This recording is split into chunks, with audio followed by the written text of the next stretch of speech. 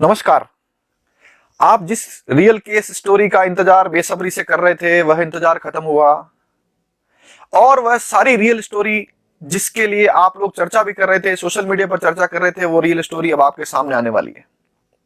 ये real story Rajasthan police नहीं, पूरे देश की पुलिस से संबंधित है। पुलिस का जो काम था कि हमारे टैक्स के पैसे से वेतन लेकर के और जनता की सुरक्षा और सेवा करना, कानून की पालना करना और इस क्रिमिनल जस्टिस सिस्टम का हिस्सा बन करके इस देश को, इस राज्य को और हर एक जिले को जो है उसी शिखर पर पहुंचाना जिसके लिए समाज की व्यवस्था बनी हुई है। लेकिन आप जानते हैं कि कई पुलिसकर्मी क्रिमिनल्स जो है, भूमाफिया जो है, जुआ सट्टा माफिया जो है, अपराधी हैं, गुंडे हैं, उनके पार्टनर बनकर के काम करते हैं। ऐसे पुलिसकर्मियों की वजह से पूरी पुलिस बदनाम होती है। पुलिस के जो सच्चे लोग हैं, अच्छे लोग हैं, जो कहीं ना कहीं न्याय दे रहे हैं, न्याय कर रहे हैं, इंस्टेंट न्याय दे रहे हैं कई पुलिसकर्मी, तो उनको भी बदनामी झेलनी पड़ती है। यह रियल केस स्टोरी एक ऐसे बड़े पुलिसकर्मी से संबंधित है जिसके बारे में बहुत सारे लोग राजस्थान के जानते हैं, जिसने अपने जीवन में बहुत सारे गलत काम किए। पुलिस कैसे कैसे गलत काम करती है उसमें कोई हिस्सा उसने नहीं छोड़ा।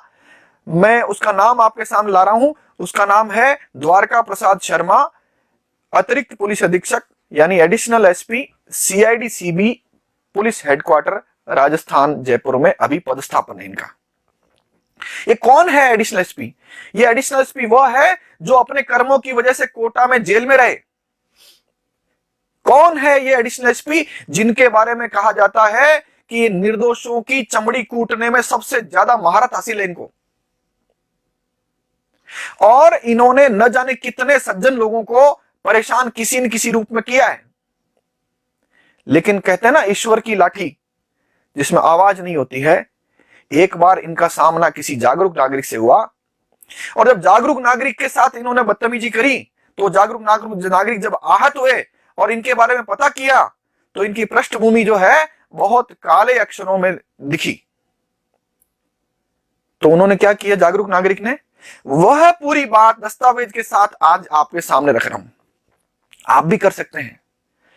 किसी और के साथ जब अन्याय हुआ और किसी और मामले में किसी पुलिस अधिकारी ने अनुसंधान किया, बस केवल आपके पास उस फाइल की कॉपी कोर्ट से निकलवाई हुई होनी चाहिए। अगर आपके पास वो फाइल की कॉपी, अनुसंधान की कॉपी आपके पास होती है तो आप उसमें देखिए कि इस पुलिसकर्मी ने किसी और की फाइल में गलत अनुसंधान किया कि नहीं किया। और अगर गलत अनुसंधान किया है तो आप, यानी जिनका उस प्रकरण से कोई संबंध नहीं है, आप भी उस पुलिसकर्मी के खिलाफ एफआईआर दर्ज करवा सकते हैं और इसी रियल केस स्टोरी की तरह ही उन श्रीमान जी को गिरफ्तार कराकर कोर्ट में ट्रायल शुरू करवा सकते हैं। और चूंकि सारे दस्तावेजी साक्ष्य होते हैं इस अपराध में, इसलिए उन श्रीमान जी को सजा की ओर रवाना कर सकते हैं। अभी आपकी स्क्रीन पर एक तस्वीर आपको देखने को मिल रही है जिसमें एक नाव है और नाव में छेद हुआ एक तरफ। तो जो दूसरे लोग नाव में बैठे हैं और वो कह रहे हैं, अच्छा है कि नाव का छेद हमारी तरफ नहीं है। ये जो वीडियो जो लोग देख रहे हैं ना, बहुत सारे लोग ऐसे हैं, हमारे साथ तो पुलिस ने अन्याय नहीं किया, हमारा तो पाला कभी ऐसे पुलिसकर्मी से नहीं पड़ा। लेकिन आप याद रखिएगा कि ये नाव जब डूबेगी तो आप नहीं बच सकते। मैं वापस उसी मूल केस पर आता हूं जिस केस में हाई कोर्ट तक मामला गया, और कई बार गया, और कई बार जाने के बाद यह तय हुआ कि इन पुलिसकर्मी ने इस मामले में अपराध किया है। मैं आपको उस जागरूक नागरिक के बारे में बताता हूं जिसने तय किया कि ऐसे गुंडे टाइप के भ्रष्ट पुलिसकर्मी को जेल की सलाखों के पीछे भेजूंगा। और क्या प्रक्रिया अपनाई, वह प्रक्रिया आपके सामने आने वाली है। आप भी यह प्रक्रिया अपना सकते हैं। आपके किसी साथी, रिश्तेदार, जानकार या किसी अन्य व्यक्ति के साथ अगर किसी पुलिसकर्मी ने अन्याय किया है, हो सकता है जिसके साथ अन्याय हुआ वो सक्षम नहीं है।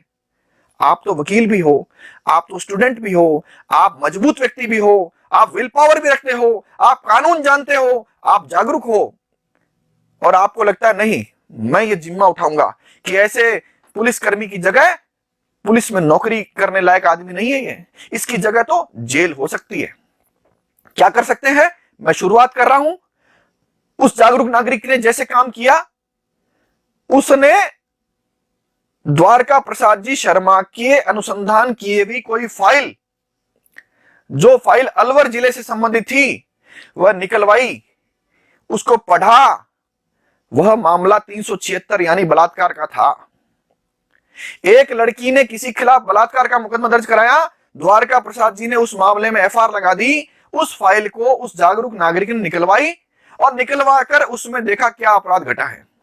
और जब सामने आया कि अपराध घटा है, कि इन्होंने सही अनुसंधान नहीं किया, गलत अनुसंधान किया है, जो कानून कहता है उसके मुताबिक नहीं किया है, मैनर ऑफ इन्वेस्टिगेशन का वायलेशन किया है, तो उस जागरूक नागरिक ने उन श्रीमान के खिलाफ उन्हीं जीआरपी में जब वो पदस्थापित थे तो जीआरपी पुलिस थाने में यानी उनके अधीनस्थ एसएचओ को एफआईआर दर्ज करने के लिए एक एप्लीकेशन दी। वह एप्लीकेशन जो है वो आप देखेंगे तो ये पहला पेज नंबर उसका ही आता है। हालांकि इसमें कुछ हटा दिया गया है क्योंकि मामला बलात्कार का था, तो उस पीड़िता से संबंधित कोई पहचान हमको उजागर नहीं करनी, लेकिन यह मामला एसएचओ को दिया गया और एसएचओ ने इसकी कॉपी जो है मिलने के बावजूद अपने उस अधिकारी, उस आरपीएस अधिकारी द्वारका प्रसाद शर्मा के खिलाफ एफआईआर दर्ज नहीं की। यह अपेक्षित था कि पुलिसकर्मी अपने उच्चाधिकारी, चाहे वो कितना ही भ्रष्ट क्यों नहीं हो, कितना ही गलत काम क्यों नहीं किया हो, कोशिश करेगा कि उसको कैसे बचाया जा सके। तो एसएचओ साहब ने भी कोशिश की बचाने की और इस एप्लीकेशन पर एफआईआर दर्ज नहीं की। यह एप्लीकेशन जो है 24/4/2018 को दी गई थी। इसमें लिखा हुआ था कि आप एफआईआर दर्ज करने के लिए आप बाध्य हो, लेकिन आप नहीं कर रहे हो तो आपके खिलाफ भी कार्रवाई का प्रावधान है। लेकिन श्रीमान ने ध्यान नहीं दिया। तो एसएचओ जब एफआईआर दर्ज नहीं करे तो क्या करेगा जागरूक नागरिक? तो जागरूक नागरिक ने वही एप्लीकेशन बाद में जीआरपी के पुलिस अधीक्षक को दी और पुलिस अधीक्षक ने भी उन श्रीमान जी के खिलाफ कोई एफआईआर दर्ज नहीं की।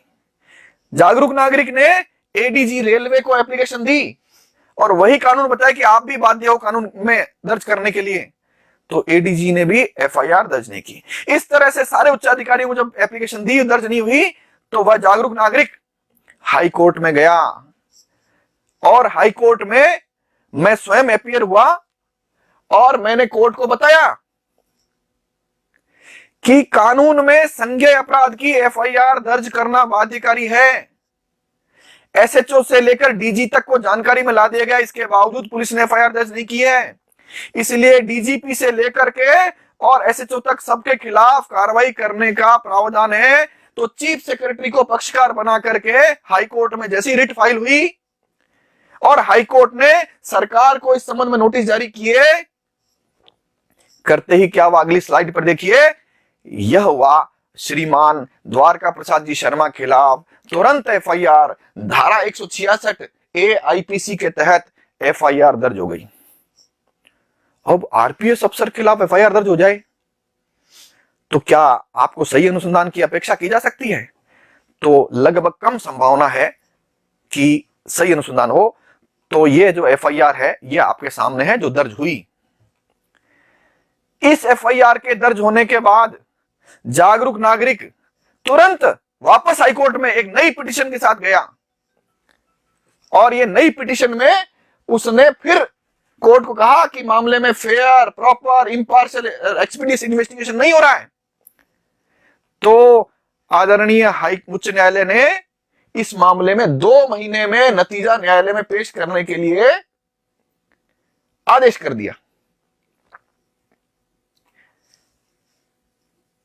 2 महीने में जब नतीजा न्यायालय में पेश करने का आदेश किया तो पुलिस के हाथ पांव फूलना शुरू हुए और अनुसंधान अधिकारी ने द्वारका प्रसाद शर्मा के खिलाफ अपराध प्रमाणित कर और नतीजा न्यायालय में पेश करने की तैयारी कर ली। लेकिन आरपीएस अफसर तो आरपीएस अफसर होता है, उसने फिर प्रयास किया, अनुसंधान बदलवा लिया। लेकिन दूसरे अधिकारी ने भी चूंकि सारे दस्तावेजी साक्ष्य थे तो अपराध प्रमाणित माना और अंतिम रूप से द्वारका प्रसाद जी को पत्र लिखा कि आप आइए, लेकिन श्रीमान भाग गए।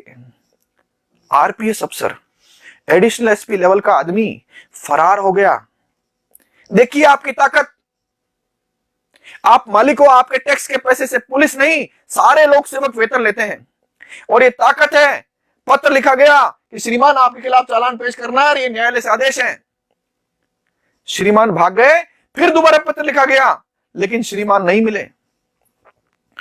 फिर दोबारा पत्र लिखा गया, श्रीमान नहीं मिले। सीआईडी सीबी को जब लिखा गया कि इनके खिलाफ ये मामला है तो इनको भेजे, चालान पेश करना है, गायब हो गए। तो द्वारका प्रसाद शर्मा के घर पर नोटिस चस्पा किया गया कि आपके खिलाफ चार्जशीट न्यायालय में पेश करनी है। श्रीमान फिर भी नहीं आए। तो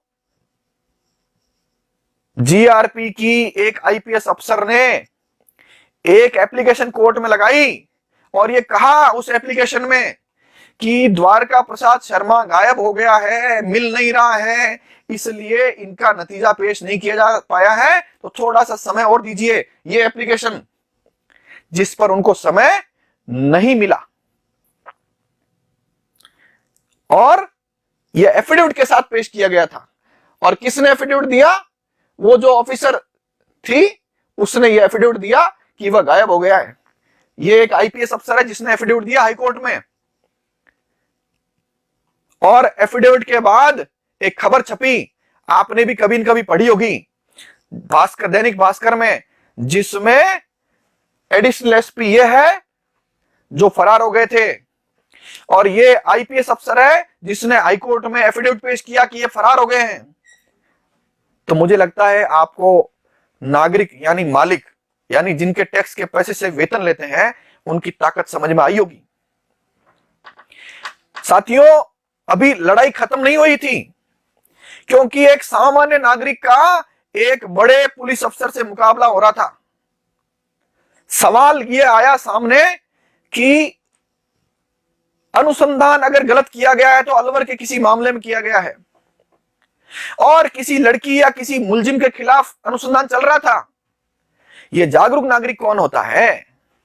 मतलब ये जागरूक नागरिक कौन होता है जो एक एडिशनल एसपी के खिलाफ एफआईआर दर्ज करा दे? तो आपकी जानकारी के लिए, जिस अपराध के तहत मुकदमा दर्ज कराया है जागरूक नागरिक ने, वह धारा 166 ए आईपीसी का है, यानी संज्ञेय अपराध है। यानी देश का कोई भी नागरिक, आप, मैं या कोई भी नागरिक इस ऐसे एडिशनल एसपी, ऐसे एसपी, ऐसे आईपीएस अफसर, ऐसे किसी भी आरपीएस अफसर, ऐसे कोई भी inspector, sub inspector, ASI, head constable जो अनुसंधान करता है उसके खिलाफ आप भी दर्ज करा सकते हैं, यदि आपके पास उसके किए गए गलत अनुसंधान की फाइल आपको मिल जाए। फाइल कहां से मिलेगी? तो उस अफसर का जहां पदस्थापन है और वह नतीजा जिन न्यायालय में पेश करता है, न्यायालय में जाइए, उसके अनुसंधान की भी फाइलों को देखिए। और उसमें मैं दावे से कहता हूं, राजस्थान में आज भी 99% पुलिस कर्मियों को अनुसंधान करना नहीं आता है। यानी इस अपराध में राजस्थान के 99% पुलिसकर्मी जेल जा सकते हैं। जागरूक नागरिक ने फरार होने के बाद अंतिम रूप से दबाव बना और ये एडिशनल एसपी फरारी से वापस लौट आए और लौट आकर के इनके खिलाफ अंतिम रूप से न्यायालय के समक्ष चालान पेश हुआ और वो चार्जशीट की कॉपी यह है और इस चार्जशीट के आधार पर न्यायालय में उनके खिलाफ कार्रवाई शुरू हुई। लेकिन श्रीमान फिर भी न्यायालय में नहीं आए। लेकिन न्यायालय तो सबसे ऊपर ताकतवर है और ताकतवर न्यायालय ने इनके खिलाफ गिरफ्तारी का वारंट जारी कर दिया। जैसे ही इन द्वारका जी को पता लगा कि मेरा गिरफ्तारी वारंट जारी कर दिया है, ये शाम को पुनश्च लिख करके फिर आ गए तुरंत और कहा कि साहब मैं जमानत भरने को तैयार हूं। और न्यायालय ने इनको गिरफ्तारी के पश्चात न्यायिक हिरासत में लेते हुए इनकी जमानत एप्लीकेशन को स्वीकार की और इनको जमानत दी और इनके खिलाफ प्रसंज्ञान हुआ और प्रसंज्ञान होने के पश्चात इनको आरोप सुनाया गया। देखिए, जागरूक नागरिक का संघर्ष यहां भी खत्म नहीं हुआ, क्योंकि एक सामान्य जागरूक नागरिक जो कानून जानता है, लेकिन उसका मुकाबला एक भ्रष्ट, एक गुंडे टाइप के अधिकारी से हो रहा था। वह अधिकारी इस आदेश के खिलाफ फिर हाईकोर्ट में गया रिवीजन में।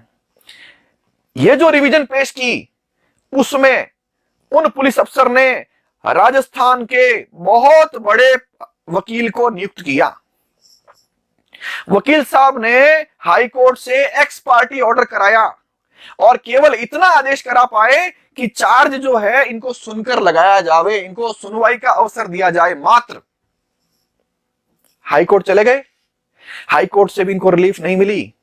केवल इनको आरोप जो लगाए गए थे उनको सुनकर लगाना था और न्यायालय ने इस आदेश के पश्चात इनको सुन लिया और सुनने के बाद भी इनको दोषी माना और दोषी मानकर फिर इनके खिलाफ ये चार्ज का आदेश सुना दिया।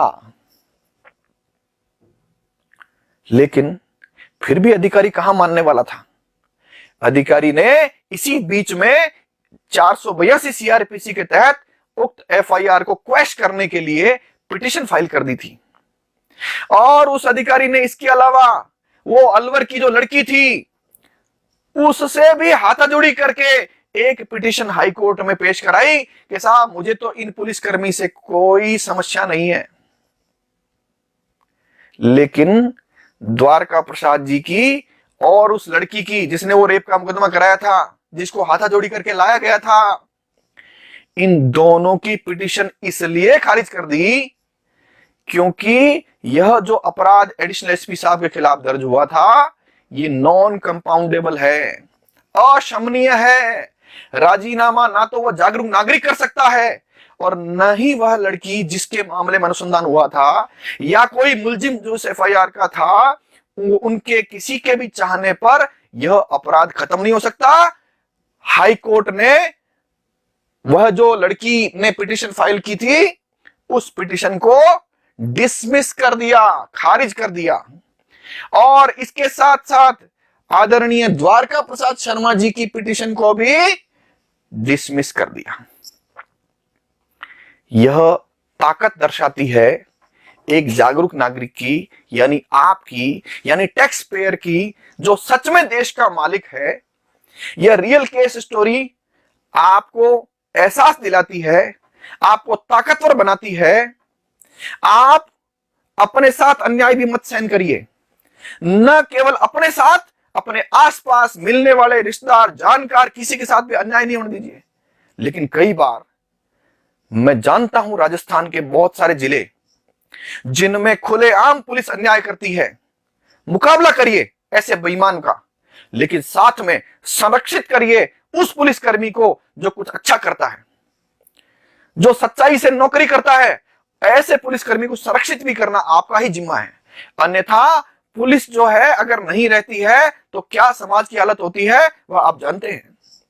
हर जरूरत पर पुलिस की जरूरत हमको महसूस होती है। हर फंक्शन पर, सभी तरह की नौकरियों में पुलिस की जरूरत होती है। लेकिन मैं पुलिस के ईमानदार अधिकारियों को, ईमानदार कर्मचारियों को, उनसे भी निवेदन करता हूं कि आपके आसपास ये वर्दी पर दाग लगाने वाले जो लोग हैं, इनकी सूचना आप अपने डीजीपी श्री भूपेंद्र सिंह यादव को दीजिए। उन्होंने मुझे ही आश्वस्त नहीं किया है, अनेकानेक लोगों को आश्वस्त किया है कि अगर ऐसे बेईमान पुलिसकर्मी की जानकारी मेरे पास आती है तो न केवल उनके खिलाफ कार्रवाई करूंगा, मैं उनको नौकरी से बर्खास्त भी करूंगा। अगर डीजीपी की मंशा के अनुसार काम हुआ और राजस्थान नहीं देश के लोग, यानी आप, मैं और सारे लोग जागरूक हुए तो ऐसे अन्याय करने वाले लोग या तो घर चले जाएंगे या रिटायरमेंट ले लेंगे, और जो सच्चे नागरिक हैं, सच्चे लोग हैं, जो कंपटीशन देकर के ईमानदारी से पुलिस में आना चाहते हैं, वह आकर देश की जिस सेवा के लिए पुलिस में आए थे वह सेवा करेंगे। इसी अपेक्षा के साथ यह रियल केस स्टोरी आपके सामने मैंने रखी है। मैंने प्रयास किया है आपके अंदर की ताकत को जगाने का और इस ताकत के माध्यम से हिंद की जय करने का। और यह हिंद की जय आप, हम और प्रत्येक नागरिक मिलकर कर सकते हैं। मैं ऐसे जागरूक नागरिक यानी लीगल माइंड्स जिनका किसी देश के काम में योगदान है, उन सभी लोगों को संगठित होने का आह्वान इस रियल केस स्टोरी को बताने के माध्यम से करूंगा। और ये जो लोग हैं, ये लीगल माइंड्स होंगे, यह इस देश में अपने अधिकारों का उपयोग करेंगे लेकिन साथ में कर्तव्यों की पालना करेंगे। अगर ऐसा मैं कर पाया, ऐसा आप और हम मिलकर कर पाए, तो हिंद की जय होना तय है, कोई रोक नहीं सकता। आपने मुझे बड़े धैर्यपूर्वक सुना और इस सुनने के माध्यम से आप अनेकानेक लोगों को जो जागरूक कर रहे हैं या जागरूक करेंगे, इस पूरे पुण्य के काम में, इस यज्ञ में आहुति जो आप दे रहे हैं, इसके लिए मैं आपको कोटि कोटि धन्यवाद देता हूं और इस धन्यवाद के माध्यम से यह आह्वान करता हूं, आओ आप और हम मिलकर हिंद की जय करें। जय हिंद, जय भारत।